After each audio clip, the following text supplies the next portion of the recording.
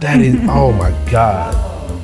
Jesus, that is crazy. I just wanted that challenge. My solo show Grit opened up at Pencil and Paper Gallery in Dallas, Texas. I came back to the gallery and did an artist talk with Dallas-based artist Jeremy Biggers. I picked Jeremy to facilitate this conversation because he's also a portrait artist and he's a master at his craft. Let's start with, so I've read that you were in law school before you started your art practice. Let's jump all the way in. How did your family feel about that? About you leaving the sure thing that is the law practice and being an artist full time? Yeah, I grew up in Lubbock, Texas, which is like a 6.5 hour drive from here. And growing up in Lubbock, I guess us as a family, we didn't see many examples of what it could look like to be an artist as a career. I always loved to make art since a child, and I would get feedback like from my teachers and saying, oh, like you're good at that, and or like if there's a group project at school that required us to do art stuff, and I would get picked first for that, but if it's sports, I get picked last. Fair. And so, that's fair. I thought I was getting a lot of validation for, I guess, like drawing good, I guess, but it was like that's a nice hobby, but it wasn't thought of as something that I could do for real as a job. Like my family, like we heard of Picasso and Monet and people like that, but that's something that's over here, but that right. That's not something that I could do. And so I knew that I wanted to be an artist, but I had no picture of what that would look like. Right. And so I thought, well, maybe that's just something I'll pick up and do later at some point. And so I went to college at UT Austin, and at that time I really wanted to major in art, but even then I was just too scared to even major in art. So I majored in psychology, and then I was pre-med for a while, but then once that organic chemistry, Wow. I was like, hey, maybe that's not for me. Then I graduated, and then I had to figure out what I wanted to do with my life. Right. I knew that I wanted to be successful in some way. I knew I needed a career to take care of myself and represent the family, Right. And so right. Then that's when I decided to go to law school. And so I went to law school at Texas Southern in Houston. Well, that was an interesting time for me. I learned a lot. One of the good things about going to law school in Houston is it put me in Houston, which has a vibrant art scene right. too. And so while I was in law school, when I wasn't working on like my assignments, then I was still making art, in Houston, just little paintings right. here and there. And this was back during the MySpace time, when MySpace was big. Right, okay. And so I was posting my work on MySpace. I thought it was fun. And during that time, that's when social media allowed you to, I guess, really connect with people more. Right. So I was meeting so many people in Houston through that. And I met people like artists that, have MFAs from Yale, and they're in Houston working on a residency. And so I was able to meet artists that were able to be mentors, even to this day, just by being in Houston. Maybe that would not have happened if I hadn't ended up in Houston going to right. law school. So there was some good parts, I guess, just being put in Houston.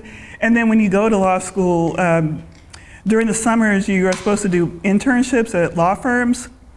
So one summer I did an internship at a law firm in downtown Austin. Okay. And so that was interesting. But then once the partners of the law firm found out that I was an artist, they hired me to do like portraits of their kids and stuff. Right. And so I did it. It was extra money. Yeah. And so I made more money doing that than I did being an intern at the law firm. I feel that.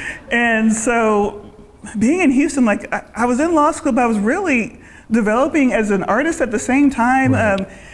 Houston, they have a program through the Museum of Fine Arts in Houston where they take, I guess, Black artists, and you can participate and then show your work all around town as part of this program. So I took part in that, and that was fun. And then I eventually graduated. At that time, I just decided I don't want to do law. It's not for me. I've already spent all this money on this right. on this degree. Right. And that's when I decided I just want to be an artist, and as far as breaking that to my family,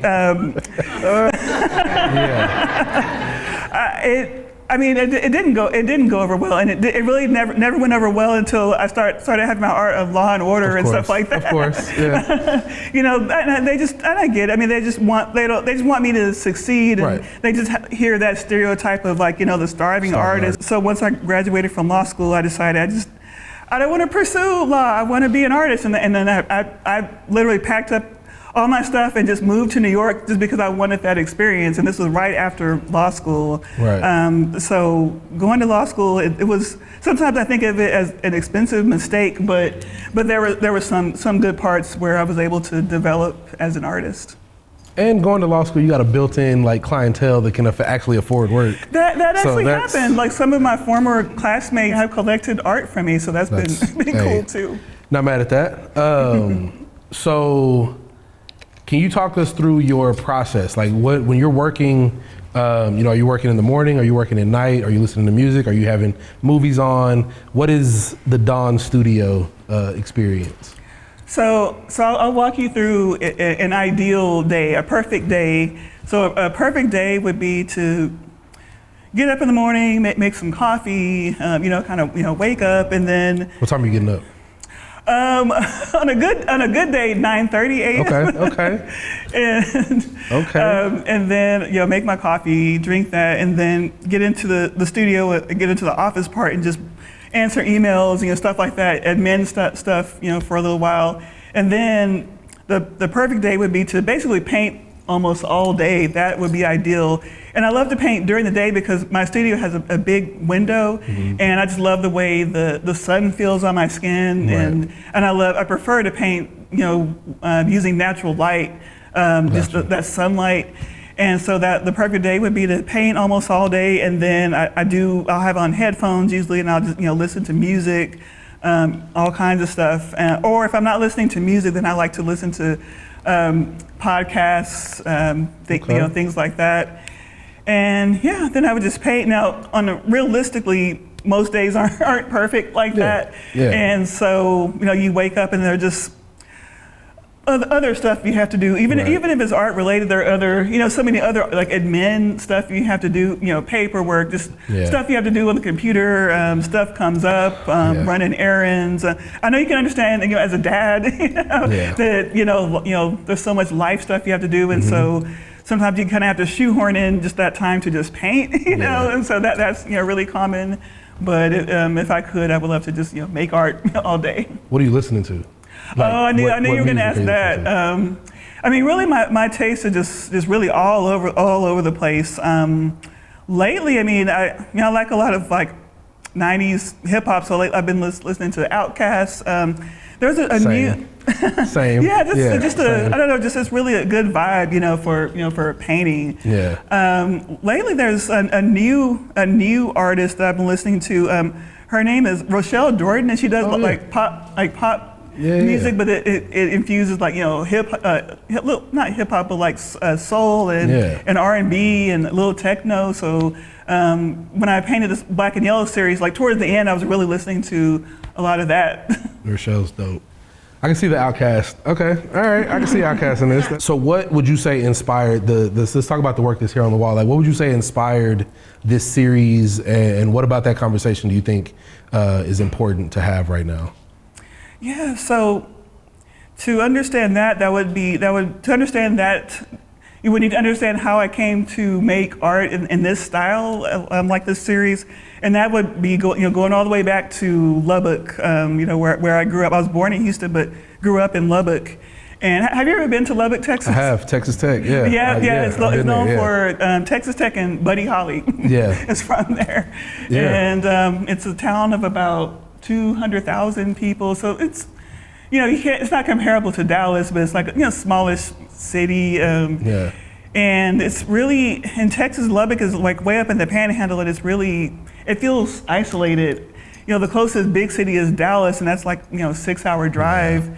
And it's very insular, so it moves very slow fashion, moves slowly. I remember I mentioned moving to New York, and then then I came back to Lubbock, and I felt like I stepped back into like 1998. You know? I can't imagine. I cannot imagine. So I grew up in Lubbock, and I wasn't traveling a lot. I didn't really have a lot of, I guess, outside experience as much. So for me, and like a lot of kids, like my way to see more of the world was through media. So, and for me, I just really liked magazines, and that started with Ebony magazine. My mom had a subscription. My grandma had a subscription, Jet. Yeah. And in Ebony magazine, every month they had like 2 pages dedicated to Black fashion industry people. So there would be, you would see Black models, Black fashion designers, and they're strutting on the runways in Paris, and I saw that, and for me it was just like a way to see possibilities that there's more out there that I could do, and I just always wanted to see more of what was outside of Lubbock, and but I really started to love flipping through fashion magazines, and as we were talking about earlier, a lot of figurative artists, a lot of their first start is looking at fashion magazines or different magazines and using that as reference to learn to draw.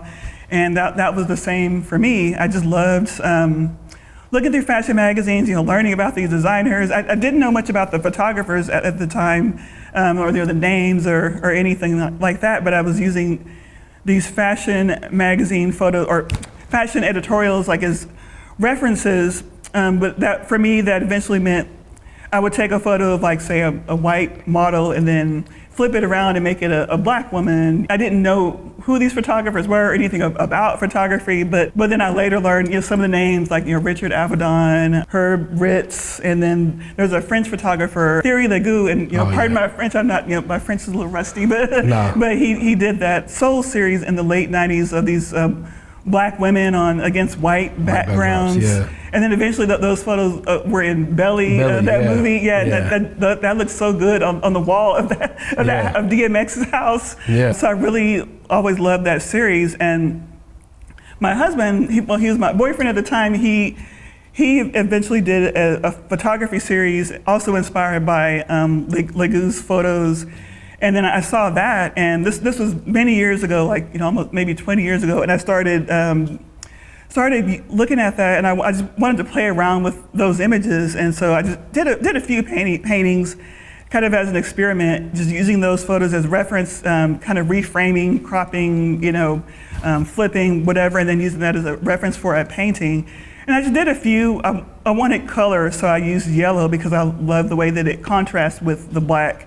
So I did a few of those, and then they just kind of sat for a while, and eventually sold them. And then I moved on to do other things with more color. Like I did the Pug Noir series, and I worked a lot with gold leaf and things like that. But finally in 2024, I had a chance to revisit that style, and so I wanted to do this from the gaze of a Black woman. So I found models to pose for the paintings, and then I started creating the work. And grit really taps into where I was at that time in my life. The definition of grit, as you can see on the wall back there, it's granules of sand, or it can mean strength of character, courage and strength. And so for me, grit is when we go through something and then come out the other end and we're still here. And so that, that's the meaning behind the series. So you mentioned using the color yellow. The color yellow is notoriously difficult to work with. Notorious. Anybody that's an artist knows yellow sucks to paint with. So what was your experience through, making these images, which are obviously beautiful? And the yellow is a very vital part of the storytelling in this work. So what was your experience working with that and making these images?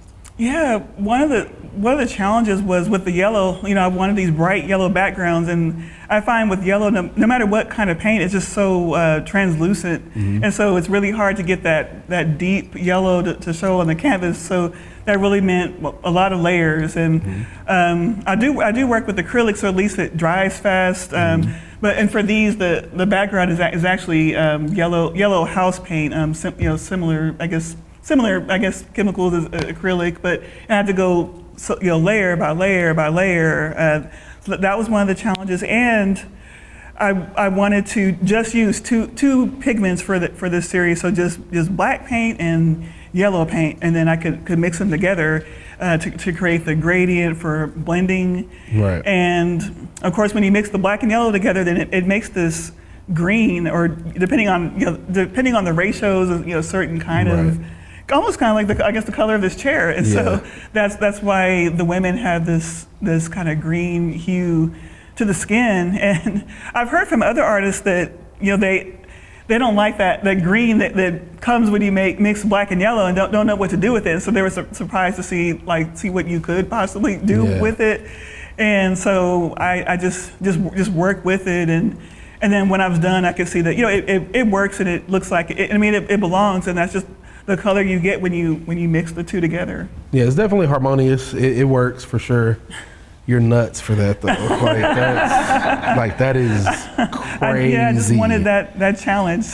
Yeah, and especially if you're using house paint, a lot of the house paint has scuff resistance, and so it doesn't want paint on top of it. So yeah, you're crazy. So these images have a striking composition. Were you looking at any photography or sculptors while you were making this work? Yeah, both. For the photography side, I wanted to create reference images, of course, for this, so the models wouldn't have to stand there while I paint. And so that started with first getting models, and so for this series, it's easy to find someone who wants, is willing to sit for a painting, but for this I need to find someone that's comfortable posing nude. Right. So initially I put out a call on Instagram, about I'm working on a series, I'm looking for models, and just to see who responded, and so I was able to find some models that way, and some of the people that pose I knew them from before. Right.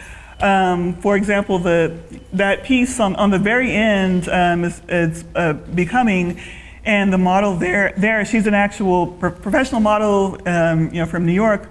During that time that I lived there, I met her at a book club, and we were able to keep in touch. And then she visited Austin for South by Southwest a couple years ago, and she was able to stop by the studio and pose for the painting.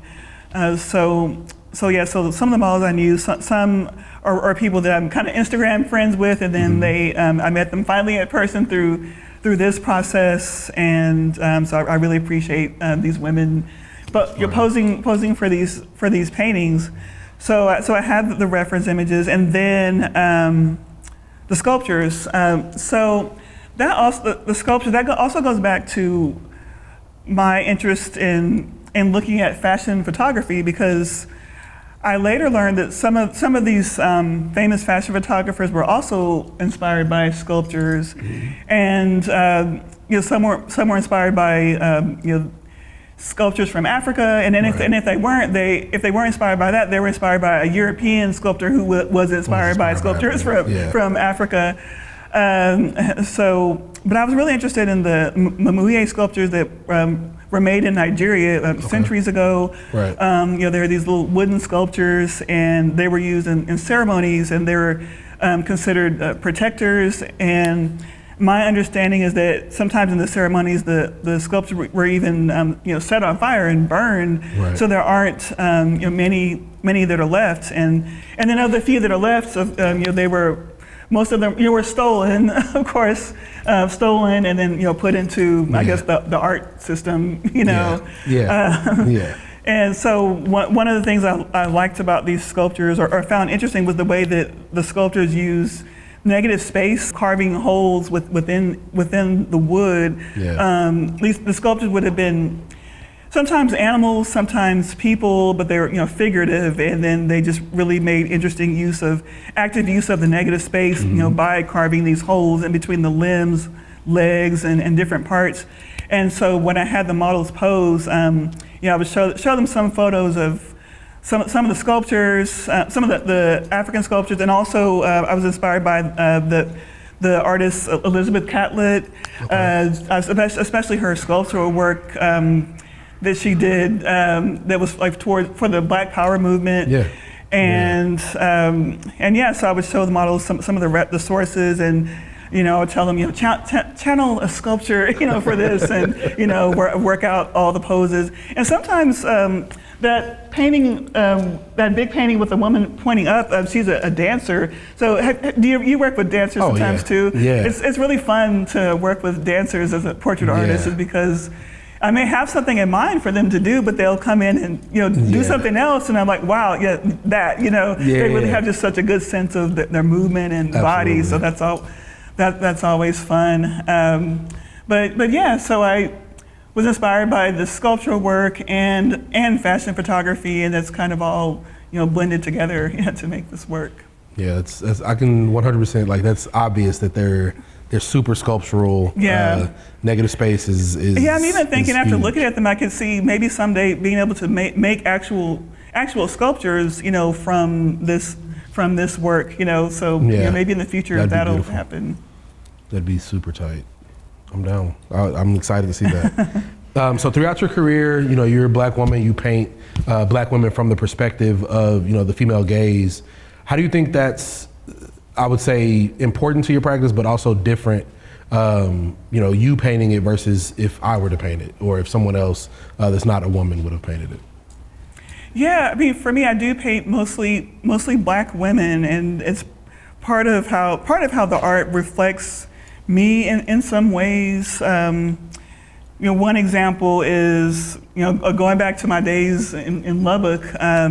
So you can see my hair, my head is shaved, but my hair, it grows into a tight kinky afro, and if I were to wear my hair like this or like that, when I was in school in Lubbock, like I would have gotten laughed out, Right. Yeah. Like, oh, nappy, whatever, but then when I got into college, there was a resurgence of the, I guess, like natural hair movement, for Black women, and so I tried that, and then at the same time I was making my art, and there was a time where many years ago, maybe like 20 years ago, there was a photo I saw, maybe like a Vogue magazine, and it was a white woman like sitting on a bed facing away, and she had long blonde hair. And so I had an idea to change that into a Black woman with a big afro. Right. And I surrounded the woman in gold, and I called the painting Turned Away. And since then I started just painting. During that period, I was painting lots of women with natural hair and afros, and a lot of Black women, I guess, could relate to that. Yeah. And I heard from a Black woman that bought one of the paintings back then, and she said, she hung it up in her house, and she said, she was just so proud to have that, for her daughter to see. Oh, of course, yeah. And so, and then when it comes to the hair thing, it's just, it's just about being. For me, it's just about being confident to wear my hair however I want, whether that's a long, straight, wig or bald or whatever. Right.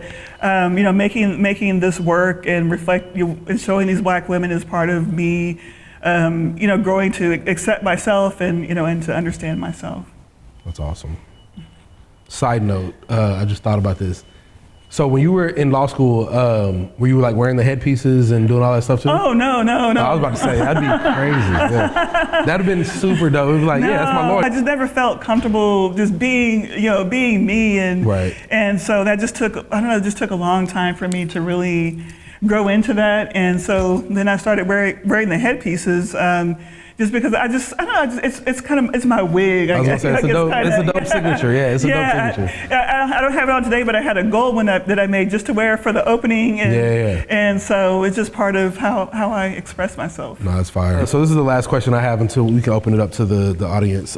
So for any young artists that will be, that are in here right now, but also will be watching this afterwards, you know, a lot of people always, like especially young artists, talk about, you know, how do I develop a style? And I feel like your mark making is super distinct, and I think your style, like from this series as well as previous series, are extremely identifiable to you. Like even if I didn't know who it was, when I see it in the wild, I'm like, oh, Don painted that. What would you say to those young artists in terms of that are looking to develop their style and develop something that would be identifiable to them as young artists? Yeah, I mean, when I first started enjoying making art, and that, you know, as a kid, and then, you know, especially then in high school, taking art classes, I had no idea about, you know, what, I wasn't even thinking about developing a style or anything. Right. I just knew what I like to do and what moved me, and that's that's painting people. And in high school, one of the artists that they taught us about was Andy Warhol. And for me, just seeing his images, you know, the screen prints with the figure and then the solid background, like that just really drew me in. And so that's how I started doing the solid backgrounds. Right. And I just really stuck with that, just because that's just what I liked. You know, you can pick any color you want, whatever you feel, and then you have the pops of color with the person's fashion. And so that's how I started, you know, doing the solid backgrounds. What I like to do is have a deep shadow on the subject, a deep contrast on the skin, where one side is like, you know, maybe almost black. And that's something that I always do. And even in the reference photos, I want to use ideally one light source so that I can have that shadow cut the figure. Mood. And mood. I got you. And so I would say for artists that are trying to figure out their style, I would say to just make lots of art and do what you like. You know, try lots of things. Maybe get out of your comfort zone. Maybe to try something that you hadn't thought about trying before. But it's really just about doing what you like and doing what you gravitate towards, and then you'll develop the style from there. And even for me, you know, when I wasn't thinking about necessarily purposely developing a style, like when I go back and look at some of my old paintings and then my new ones, and you see, okay, I can see like that's me. You know, that's me and my style, and you know, someone could recognize that. Yeah, that's awesome. But ultimately, for artists, you know, or up and coming artists, I would say just keep making art. That's awesome. Was there anything else you wanted to touch on that we didn't? I think you covered it well. All right. So Perfect. All right. So yeah, we're gonna open it up to the audience. If y'all have any questions for Don, feel free to ask. We got one right here. Let's go. So I love that. Is there any significance in the hands? Because they seem to be very prominent in a lot of the portraits that you did. For me, I was really thinking about making this look like the Nigerian sculptures, and so the hands are a big part of that. But you know, when someone sees my work, I want them to feel something positive, you know, ideally. And I think the hands are a part of how we communicate. You know, I use my hands a lot when I talk, and so I think that helps. And one story I have about that painting at the end with the hands like that contact, the woman that bought that painting, you know, I asked her what drew you to that piece, and the woman is a lawyer, and she said that that she's actually making a career change into interior design, and she wants to express her creative side. And when she saw that painting, then to her, with the hands like that, it said, everything you need will be provided. And I just love that. And you know, that's part of why I love being an artist. That's beautiful. Not very many of the paintings that you have, at least in this series, have the eyes looking out. I mean, like I'm right here, so this one very striking. Yeah. But, and I'm not familiar with your other series, sorry. But I'm just curious because a lot of portraits, you know, the full face and all that, I feel like all your portraits have a tremendous amount of character, but I'd be interested about your choices of when you show the faces, and especially looking, like, you know, look into her eyes versus not. Yeah, for me, when I was making these paintings, I really, for all of them, I was thinking about, I really wanted to create a shape with the body on this canvas, so that would really be outlined by this bright yellow. So I wanted to create a shape regardless of whether the face was was pointing to us or not. But it's really important for me to show faces in my art and the eyes.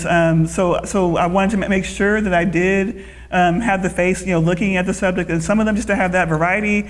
But one of the things I liked. That's one of the things I like about the one behind you, above the grit text. I really wanted to show a little bit of the face. I really wanted to have that eye peeking out, and I wanted to make sure that you could really see that eye. But yeah, it was really about just the shape. But I did want to make sure to include some faces too, because that's really important, as well.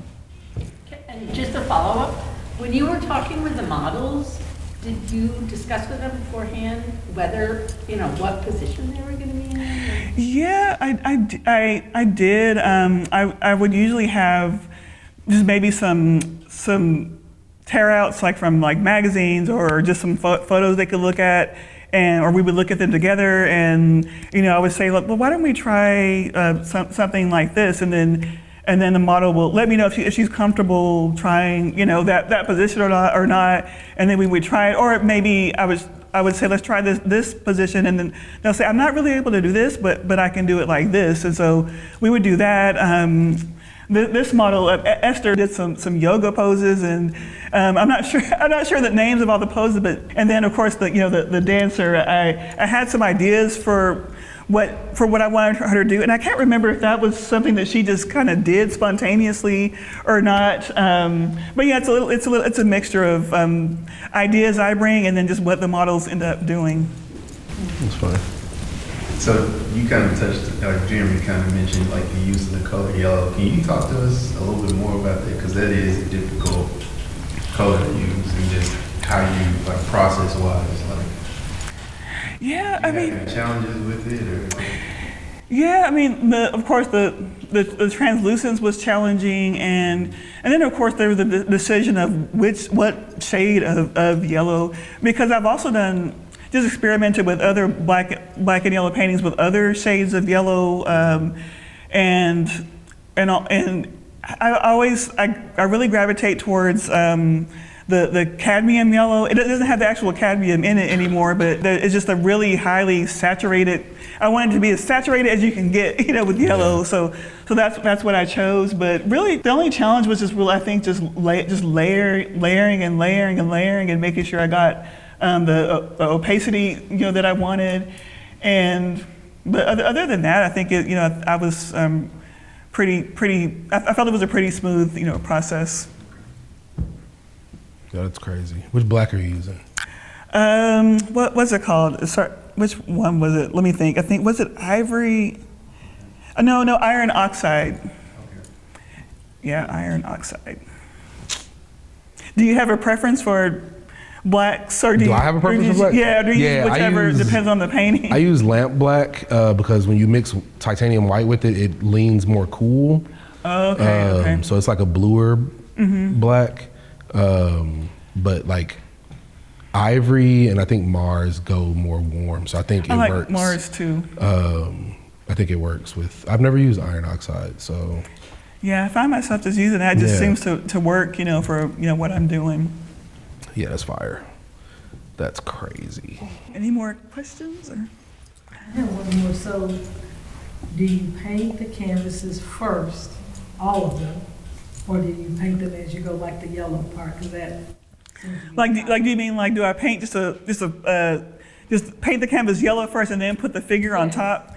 That is a good question, because I'm still thinking about whether I should change my process on that, because what I've always done is paint the figure first, and then I'll go around it with the background. Oh my God. Bro, what? But let me go back. Oh. Though. I've tried it the other way before, but I just didn't like the way it felt doing the sketch onto the actual paint. I didn't like it, so I prefer doing it the other way. What? So for all these, I did the figure first. obviously that's not the way you do it. Fuck no. No, absolutely not.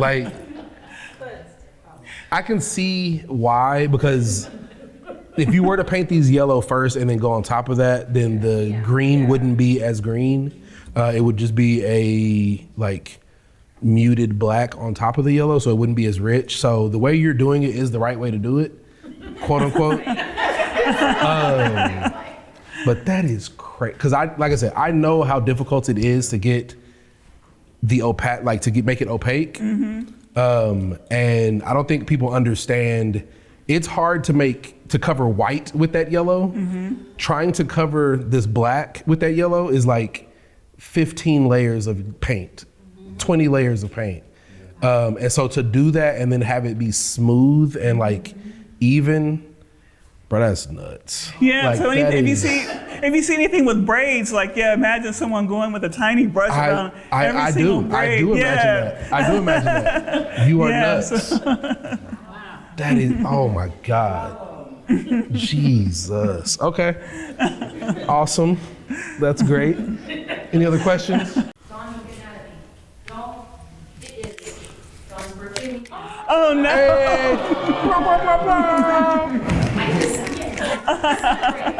Oh, thank you. Thank you, Valerie. Hey. Thank you so much. Oh, I appreciate That's that. I super love sweet. chocolate cake. That's super sweet. All right, so next question is, what's your favorite type of cake? What's your favorite sweet? I love cake. I love to bake. I love pound cake. And what's my favorite cake? That's a good question. I would say chocolate, but I love German chocolate, all of them. Okay. I'm trying not to eat so much cake, right now. Okay. So we can be a little I like controversial. banana pudding. 2 controversial questions. Is red velvet cake chocolate cake? Oh, I think technically yes. Okay. Okay. And then is a chocolate cake chocolate frosting on a yellow cake or a chocolate all the A way chocolate through? cake has to be the actual cake has to be chocolate. I don't know. Nah. That's yellow cake. Nah, it's fair. Any other questions? I have. You mentioned your parents and how they were a little bit leery about you becoming an artist. What are they thinking? Now they understand more, but they see that I'm able to, make a living and do stuff that they understand and have heard of. Anything else?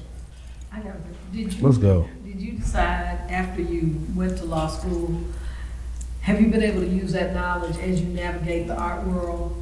Ooh, great question. I have been able to use it in some ways. One of the ways is in law school, you just do so much like more writing than I've ever had to do. It is more of a formal type of writing, but I think that it's helped me with writing. when it comes to my art. And the other thing that it's helped with is, of course, like I took contracts class, and so it helps with being able to read and understand contracts better. And even though I have the law degree, it's still ideal to get help from a lawyer that specializes in that. But it still helps me to be able to understand the contracts better, I think. Yeah, that's a good superpower. Yeah. So you actually got the degree, like you actually could be lawyering out here in the streets. That's crazy. Yeah, that's fire. Okay. I didn't know you got the full degree. That's a completely different. Yeah. I got the degree. Fuck that. I'm gonna go paint. I'm gonna go paint. Y'all can have this. What type of law was it? They really, you really don't specialize in a type in law school. When you can get what's called your LLM, which is another level of the law degree, or you can take certain, courses later on to specialize in certain things. But they just teach you about all the General different things stuff, in general. So, okay. But I'll have people a lot of times ask me legal questions. It's I just took, I didn't practice or anything, so I don't know. Whoa. You need to talk to a lawyer that specializes in that thing. That's fire. But yeah. That's super tight. All right. All right, y'all. Thank you. Thank you. Y'all. Appreciate y'all. In my next video, we visit Jeremy Bigger's studio and learn more about his art process. If you like content like this, be sure to like and subscribe, and follow me over on Instagram and TikTok. See you next time.